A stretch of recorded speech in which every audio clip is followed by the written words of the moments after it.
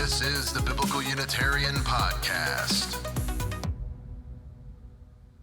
Hello, and welcome to the Biblical Unitarian Podcast, the podcast that aims to start conversations about the oneness and unity of God and about the humanity of Jesus. My name is Dustin Smith, and as always, I will be your host. This week we got episode 347 entitled Avoiding the Appeal to Emotion Fallacy. Thank you so much for joining us at this week's episode. This week, we are continuing our ongoing study of logical fallacies and how to avoid using them. So today we're going to look at the appeal to emotion fallacy, which occurs when somebody tries to manipulate an audience's emotions, such as fear, pity, anger, or excitement. And they manipulate the audience in order to win an argument instead of using logical reasoning or evidence. So rather than addressing the actual issue or presenting relevant facts, this particular fallacy diverts attention to emotional responses, which can distort the judgment of those who succumb to them. So, what are some of the common ways in which the appeal to emotion fallacy is committed in 2024? Why is this fallacy unhelpful in our dialogues about God, Jesus, and the Trinity? And how should we discuss theological issues without falling prey to the appeal to emotions fallacy? Let's find out on this week's episode of the Biblical Unitarian Podcast. Our first point today is defining the appeal to emotion fallacy. So as I mentioned, the appeal to emotion fallacy is a logical fallacy that occurs when somebody manipulates emotions in place of presenting valid reasoning to support their argument. So instead of relying on facts, evidence, or rational discourse, the speaker attempts to evoke feelings such as fear, pity, anger, or happiness in order to persuade the audience in his or her favor. Now, while emotions are a natural and important part of human decision-making, we have to admit that, the appeal to emotion fallacy exploits them in a way that distorts objective analysis and critical thinking. So what are some common appeal to emotion fallacies that occur in 2024? Well, we talked about the appeal to pity. And so here's an example of someone appealing to someone's pity. You should hire me for this job because I really have been struggling financially and I desperately need it. So this argument is fallacious because it plays on the sympathy of the person who's doing the interview, but it doesn't actually address the qualifications that the person has for the job. What about an appeal to fear? So someone might say, if we don't ban this new technology, it's going to lead to the collapse of society and the takeover of AI. But this is fallacious. The argument uses fear to bypass a reasoned discussion of the evidence and the technology's risks and benefits. How about appealing to spite? Here's an example. Why would you help this group of people? Remember how they treated you badly last time? Remember how they made you feel? Why would you want to do something nice for them? But this is fallacious. It encourages acting out of spite or resentment or bitterness, and in doing so, they are ignoring fairness or logic. What about appealing to flattery, which is also sometimes called the appeal to vanity? So this gets used quite often. You are so smart, I'm sure that you're going to agree with me on this particular issue. this is fallacious. And it's often used in debates where one person will say, now the audience is so smart, they're going to follow me in this line of reasoning. They are praising others in order to win agreement rather than actually using evidence and logical reasoning. They can also appeal to popularity, which is similar to the bandwagon appeal that we've looked at already in a previous episode. So someone might say that everybody is investing in this particular stock, so you should too. But this is fallacious because it leverages the emotional pressure to conform rather than presenting good, solid evidence or facts in regard to the merits of this particular investment.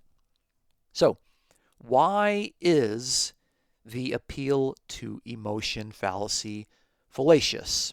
Why is it bad? Well, number one, it diverts attention away from logical analysis.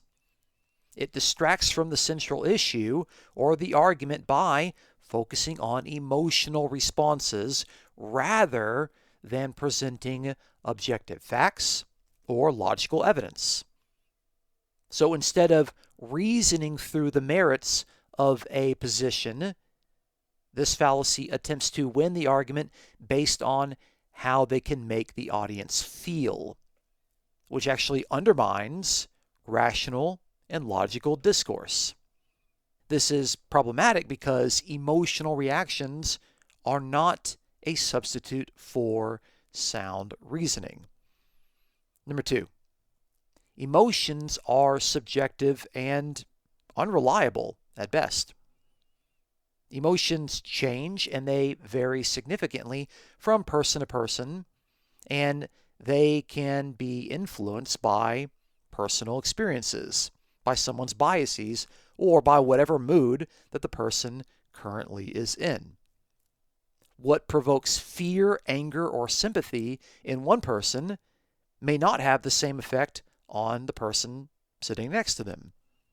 So, since emotions are subjective, relying on them as the basis for an argument makes it very difficult to reach conclusions that everyone can agree on and that are considered universally valid or objective. Number three, the third reason why this fallacy is fallacious is that it manipulates people. This fallacy often involves the manipulating of the emotions of others, and this can distort judgment. Speakers or writers may intentionally provoke feelings of fear, pity, or outrage in order to push their audience into agreeing with them, regardless of whether their argument is good or logically sound. Manipulation through emotional appeal undermines the intellectual honesty of a discussion, and it can lead to decisions being made based on feelings rather than rational consideration of the facts. A famous podcaster often says that facts don't care about your feelings. Number four, this fallacy overlooks relevant evidence. When an argument relies on the emotional appeal, it bypasses and completely ignores the important evidence that could provide a clearer, more rational understanding of the issue at hand. So by focusing on emotional reactions, the audience is less likely to critically examine the evidence or engage the passages being discussed in a balanced evaluation of the argument. And number five, this appeal to emotion fallacy leads to very poor decision making. Arguments that appeal to the emotions of others can lead to impulsive decisions that are not very well thought out. Emotional reasoning often prioritizes short-term feelings over long-term consequences. And this leads to decisions that may be regretful or harmful later down the line. sound decisions should be based on objective criteria, considering all the relevant information, rather than being driven solely by emotional impulses. So that's enough about defining our topic. Let's move to some examples in regard to the study of Christology and the doctrine of the Trinity. This is our second point. Point number 2, common appeal to emotion fallacies in Christological debates. Number 1, if you reject the doctrine of the Trinity, you are rejecting the true God, and your soul is in danger of eternal damnation and being lost. This often gets used by preachers, internet theologians, and apologists, but it is a clear example of the appeal to emotion fallacy. This sort of argument plays on the fear of punishment from God rather than actually addressing the biblical or historical basis for the Trinity versus biblical Unitarianism. It attempts to emotionally manipulate someone by invoking fear rather than engaging in a reasoned discussion of the scriptural validity of Unitarian views. Number 2, by rejecting the Trinity, you are abandoning the conclusions of the ecumenical church councils, and you are hurting those who have actually died for the Christian faith. And you wouldn't want to hurt those people or to dishonor their sacrifices, would you? But this is fallacious. It appeals to pity rather than engaging in the theological substance of the Unitarian position that's being provided. Now, I do want to acknowledge that the suffering of believers is significant, and it should move us in our hearts, but it does not logically prove the correctness of any theological doctrine. Just because somebody suffers as a martyr for something doesn't mean that what they died for is actually true. It's something we need to consider. Just because you're suffering for belief that you have, it doesn't mean that your belief is true. Number 3, the doctrine of the Trinity has been accepted by the church for centuries. And if you are going to reject it, you're really just rejecting Christianity completely. But this is a logical fallacy. It is an emotional appeal to the long-standing tradition of the Trinitarian belief that goes back 1,600 years, and it implies that historical longevity equates to theological correctness. It bypasses any biblical or rational debate about whether the Trinity is a necessary or true understanding of God. Number 4, many great theologians throughout the history have believed that Jesus is God, so how can you go against their great wisdom? But this is a fallacy.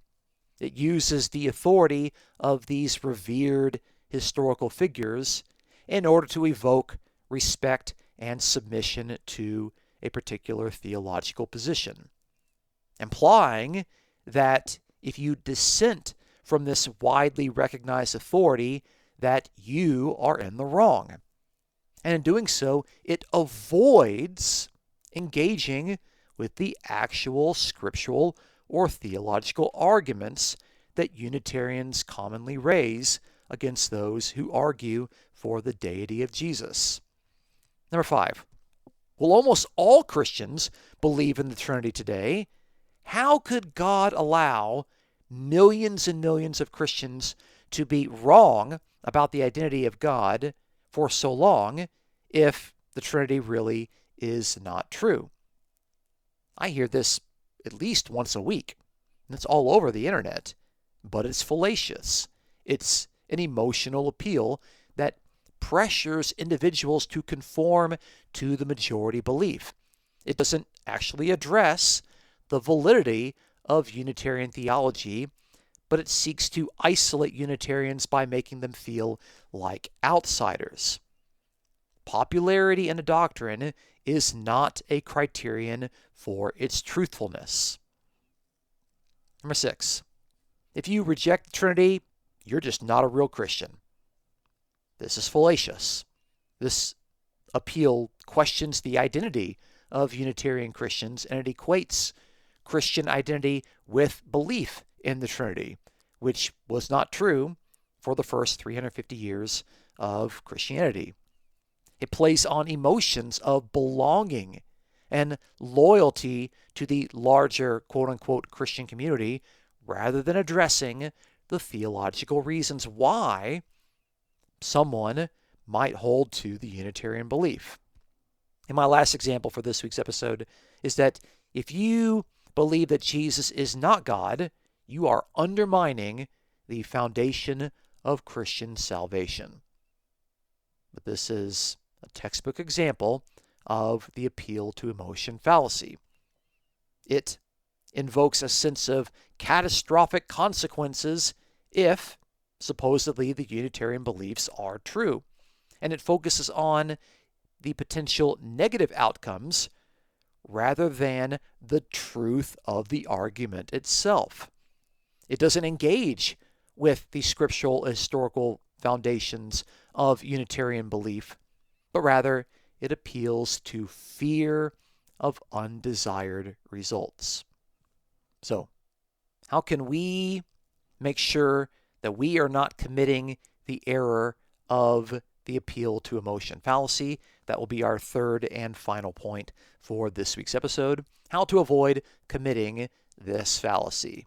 I have, 1, 2, 3, 4, 5, 6, 7, 8, 9. Wow, 9 tips to help you avoid being a fallacious argument maker. Number 1, focus on the facts and the evidence. Ensure that your argument is grounded in objective evidence, such as data, the definition of words, passages, the context, the historical facts, and logical reasoning. Do not rely on emotional responses. When you're making a claim, back it up with reliable sources or references, rather than appealing to feelings like fear, pity, or anger. Number 2, acknowledge that you do possess emotions because you're human, but keep them as secondary. While it should be admitted that emotions are an important part of the human experience, they should not be the primary basis of any argument. Recognize emotional impacts, but focus on the logical structure of your position first. Address how emotions are relevant, but don't let them replace your reasoned argumentation. Number 3, ask for clarification when emotions rise up to the surface. If you encounter an emotionally charged argument, like the examples that I raised in point number 2, ask for some clarification or some supporting evidence. By steering the conversation back to logical principles, you can diffuse emotional appeals and actually engage in a more reasoned discussion. Number 4, separate emotional responses from logical analysis. When you're analyzing an argument, separate your own personal emotions from the facts. Acknowledge that you may feel strongly about a subject or an interpretation of a particular passage or loyalty to a particular doctrine, but you must focus first on whether the argument that you're making is based on valid reasoning. This is going to help you and the people that you talk to ensure that your analysis is objective. Number 5, try very hard to use clear and rational language. Avoid, as best you can, emotionally charged or manipulative language that could push people to react based on feelings rather than thinking critically. Focus on clear, rational, and respectful communication using neutral language to present your argument. So instead of saying that, well, this law that will get passed by a certain politician if they get elected is going to ruin the lives of so many people, you should say that this law is going to have some significant economic consequences, as supported by these particular financial studies. Number 6, be openly aware of your own biases. Everyone has biases, okay? Reflect on whether your own biases are potentially affecting the way that you are framing your argument. Recognize when you might be relying on emotional appeal because of your own personal investment in the doctrine, the interpretation of a passage, or the topic at hand, and strive to present your position based on reason. And if you want to know whether you have a bias, talk to somebody else and walk through the same argument and see if they come to the same conclusion when they don't possess the biases that you yourself possess. Number 7, encourage critical thinking. Rather than persuading somebody with emotional appeals, encourage critical thinking and open dialogue. Be sure to ask your dialogue partner open-ended questions that required reasoned responses. This will lead to a more thoughtful and evidence-based discussion. So if someone makes an argument, you can ask the question, how does the biblical data support what you just said based on this passage, and this passage? Number 8, use emotion appropriately. When the primary focus should always be on looking at the evidence and the reason for an argument, emotional appeals can be used to highlight the human aspect of any sort of debate, as long as they are not the central focus of the argument. They cannot be the central basis for someone's reasoning. Make sure that the emotions that you have serve to complement rather than replace sound, logical arguments and reasoning. So someone might say that this particular decision could impact how many Christians believe, as we can see by the evidence and what most people think right now about this particular doctrine.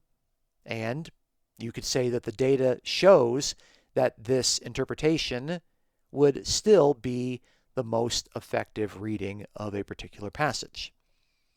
And lastly, number 9, be prepared to revise your argument. If you realize that you have used an appeal to emotion fallacy, be open and willing to revise your position to base it on a more evidence-based and logical approach. By recognizing and correcting the fallacy that you yourself may be committing, it actually is going to not only strengthen your position, but you're going to gain the appreciation and respect of others. So you might have to admit that I think I may have been a little overly emotional in my previous statement. Let's go back and look at the actual evidence and the definition of words and the way that I came to my particular conclusion in order to see what the best interpretation might be. And if you follow these tips, you too can avoid falling prey to the fallacy of the appeal to emotion. Thank you so much for listening to this week's episode. Join us next week as we examine another common logical fallacy, the false cause fallacy. Please look forward to our next episode. If you enjoy the Biblical Unitarian Podcast, please consider supporting us as we aim to promote the sound and non-negotiable truths about the oneness and unity of God and about the humanity of Jesus. You can support us absolutely for free by subscribing, by giving us an honest review online, and by sharing your favorite episodes with your friends. If you feel led to offer a donation, please check out the episode's description for a PayPal link. You can also subscribe with a membership on the YouTube channel for as little as $3 a month. The Biblical Unitarian Podcast is produced and edited by Dustin Williams. My name is Dustin Smith. I am your host. Until next time, please take care.